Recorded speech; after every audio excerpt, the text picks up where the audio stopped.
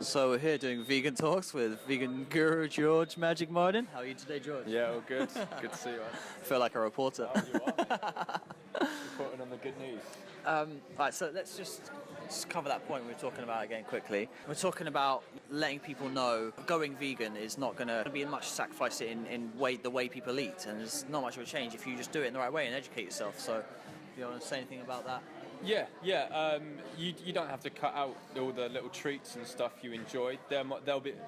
I think people are very much focused on brands of food.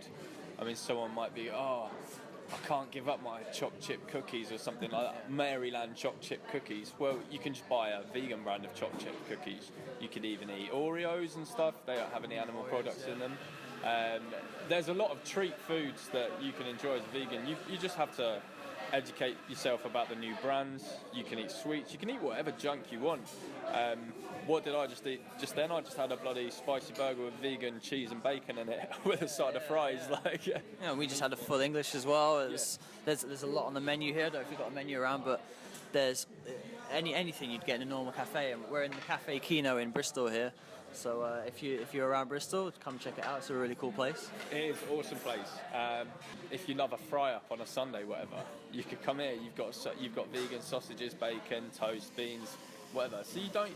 Even though veganism is not about enjoyment, it's not about you. It's a justice movement. So we'll be clear about that. But I mean, even so, like, you can still enjoy all the good tastes that you enjoyed before. Like, you don't. It really, once you've adjusted to it, really does not feel like you've given anything up, so to speak, other than your lack of ethics. Well, that's the thing, though. There's two parts to it, isn't there? There's like the diet, which is one of the main aspects, but then along with that comes the state of mind change, where you start to see other animals and organisms as kind of like having natural rights to be here, and we're severely interfering with that as a species. So I think one comes with the other, and they both work together. But if you go from the angle of sorting the food out first, the other one comes a bit more naturally, whereas the other one's an idea, like a belief system, and there's so many belief systems being chucked in our faces these days that just kind of hits the wall as noise amongst the rest. I mean, even though it is kind of selfish that someone would not do it because they thought they'd be missing out on foods that they enjoy, and it's nothing to do with what you enjoy, veganism.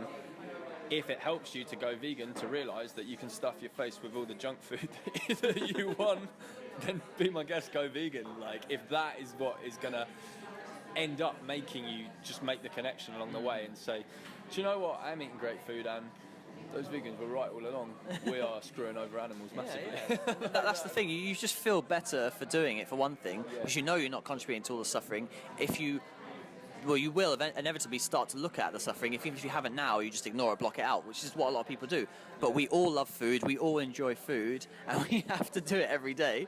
So that's something I think that is really going to have a lot of probability for connecting people to then looking at the slaughter and looking at the ideas and stuff.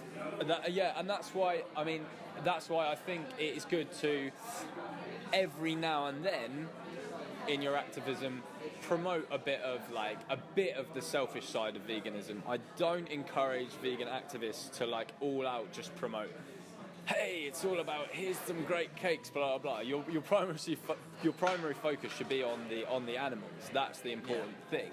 But if you want to share one of the amazing burgers or wraps or fries or cakes or pizzas that a page like Bosch shares. Have you seen the page Bosch, by the way? Flipping mouth-watering recipe every single video. You'll just be drooling. If you wanna share the odd video by them, just so people realise that it's not about giving up great tasting foods, then we should go ahead and do that, absolutely. Oh, check that then. Bosch recipes, or just Facebook group. Just Bosch, yeah. Right, so let's just go on to another topic. Before we get into the main issue, let's just talk about this whole idea of raw veganism and there being, the energy or life force of the plants being cooked off by killing. I mean, we know that overcooking of food and searing food gives it will have carcinogenic effects, and that's just bad for us all around. But what would you say about that idea leaving belief out of it, so leaving out the spiritual element, just what do you say about cooking food or not cooking food? What do you agree with? What do you think about the idea of cooking?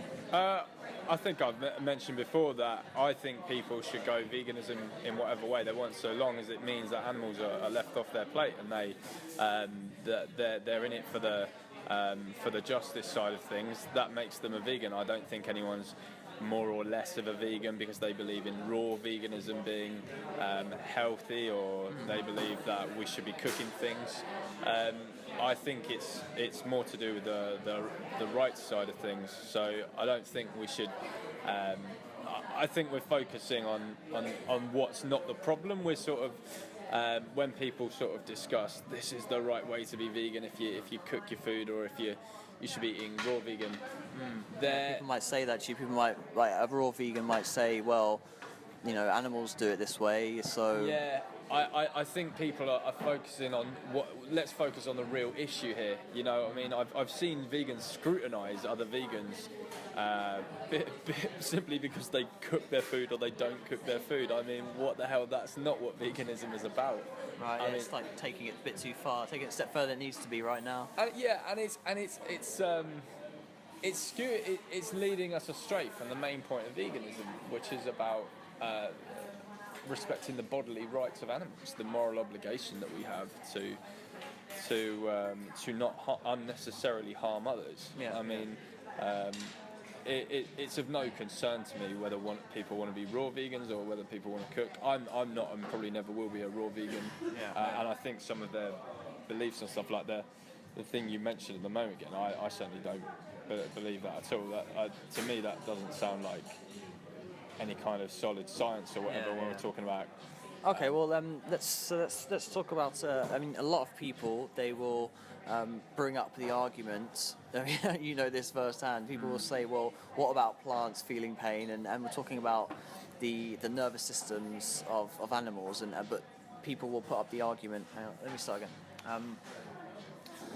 So, like, let's talk about the point now of animals feeling pain. A lot of people will bring up the argument that that the animal is a lower form of intelligence, doesn't feel pain, or doesn't have the concept of fear within them when people are killing, torturing, and doing all sorts of things that involve making animals into food. So, what do you say to that? Well, it's obviously bullshit, and it's one of the psychological diseases of carnism, dare I say. The idea that in fact, it's an actual psychological phenomenon known as belief alignment.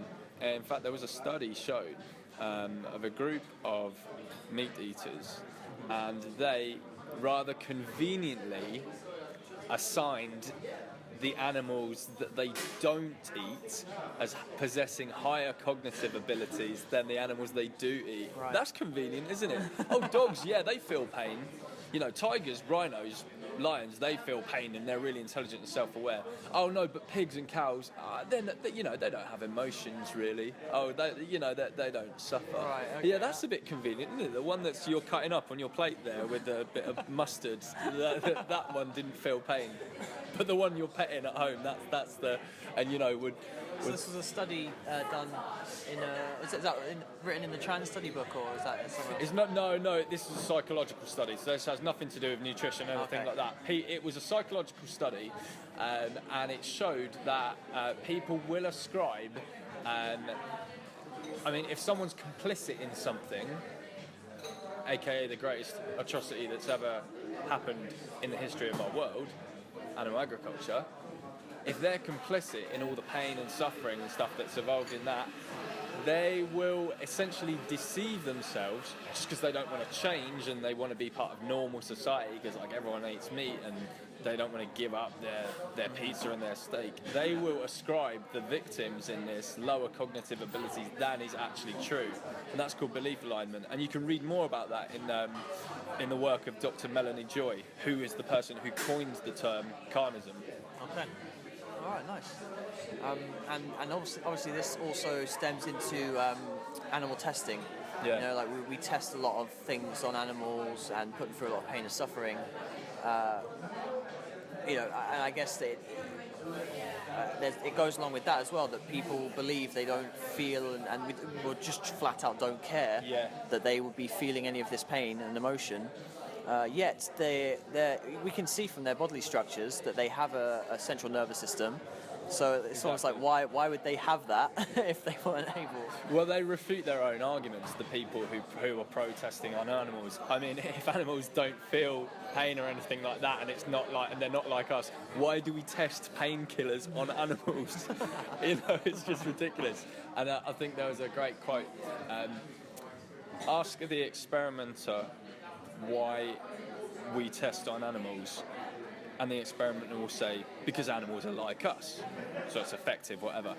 Ask the experimenter why it's morally acceptable to test on animals, and the experimenter will say, because animals are not like us. Right. So animal testing lies on a logical contradiction, and they say a lot of shit that's just so easy to refute, because they basically refute their own arguments. Right, okay, yeah, so that is sort of big hypocrisy in a sense there. Yeah, and you even get so many of them smooth over what's happening in labs, and they'll sort of say, no, it's highly regulated and the animals don't suffer, and it's all completely ethical. Well, if it's completely ethical, why don't you volunteer yourself to do it? Or hey, I might not even need to go that far. I mean, you don't want to have to test a drug, that's fine.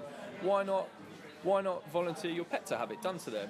If you're so concerned about science and science dollars having to be withered away on all this experimental stuff, why don't you just donate your pet for free to a good cause? It'll help people recover from all these beloved diseases of yours that you talk about. It's not the case. Yeah, exactly. Why not, give old Fido into your local to Huntingdon Life Sciences? What happens there is okay, right? They'll take care of your dog, won't they? Right, yeah.